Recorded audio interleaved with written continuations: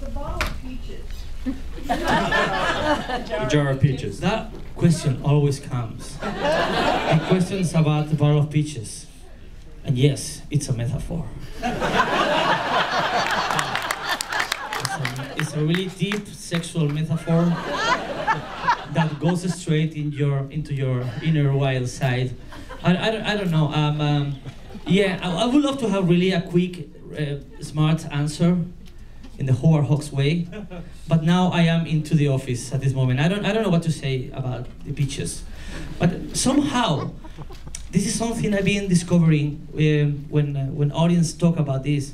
Somehow the peaches work as a substitute for her, because each time a character renounces the chance of being with her, they hug the peaches for some reason. And so at this moment, I would like to see that peaches in Spain is you say melocotón. I would like to see, for example, that melocotón means female sexuality, for example. But melocotón is just a peach. So I don't. It works that way somehow. But if I tell you there's a big meaning, I will be lying to you. So. I'm just wondering what started it? What got the peaches? I love when objects become characters in movies. For example, in Time Crimes, I try to do the same with scissors and bandages and everything. I wanted, once you got an object in a movie, I want to bring the object back again, because I don't know. I feel it's sexy. I don't know. Yeah, it's a metaphor. I have time for probably a few more. Oh, yes, you sir over there. Why are you asking this question? I have a question. Luis Buñuel, did he influence you as a filmmaker? Luis Buñuel. Luis Buñuel is, I think, it's like Alfred Hitchcock. It's not a conscious influence, but at the same time you can't escape from Luis Buñuel. So it's in your DNA as a filmmaker, not as a Spanish guy, but as a filmmaker. I think Luis Buñuel is already inside us in so many ways. So I will make a movie that is pointing to Buñuel directly, but obviously he could be the best filmmaker ever.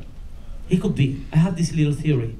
Because he made everything. He made everything. You get the total of Buñuel films, and he made commercial films. He made avant-garde. He made all genres. He made really sophisticated films and really old-fashioned films at the same time. I think there's no one who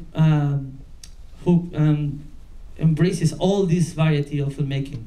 So I think he's a genius, and he made expensive films and incredibly cheap films. So maybe my biggest, the biggest way I've been influenced by Buñuel was making a cheap film. I'm sorry to say that.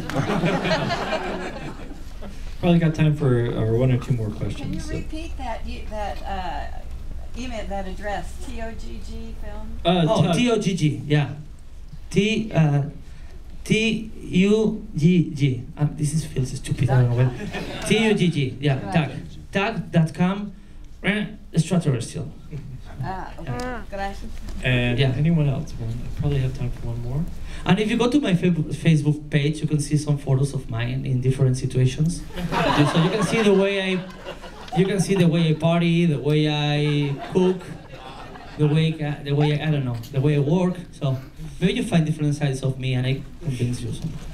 Cooking with Nacho. Cooking with Nacho. Yeah. By the way, yes, I know how to cook. Go ahead. Oh, I love the fact that she knows he's called Julio, but she's lying all the time. She's lying all the time, and she tries to appear. She doesn't remember they call the same, and she lies in front of him. She doesn't care about the impression he's giving to him. So I felt this kind of cruelty in her character, and the fact that their names were similar really helped in the way in that moment. And at the same time, it makes you feel like somehow Julia and Julio becomes, in the first half of the film, they feel like they become to the same universe. They have this really strong link. Later you realize that it's not that case, it's not what's actually happening in this movie. but it's an illusion. So I wanted to push the illusion that they were linked in many ways.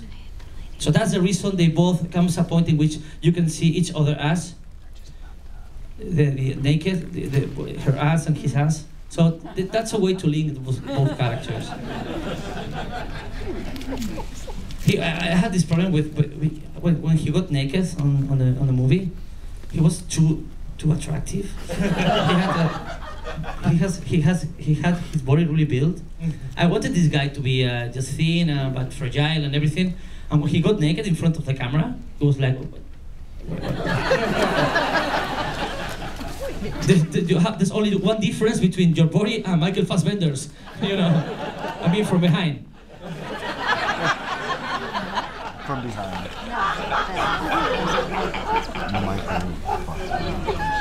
Are you saying Shane? Are you saying Shane? You know, yeah. Well, with that. I think it's time to get the adoption process started. Everyone, please give a round of applause for that.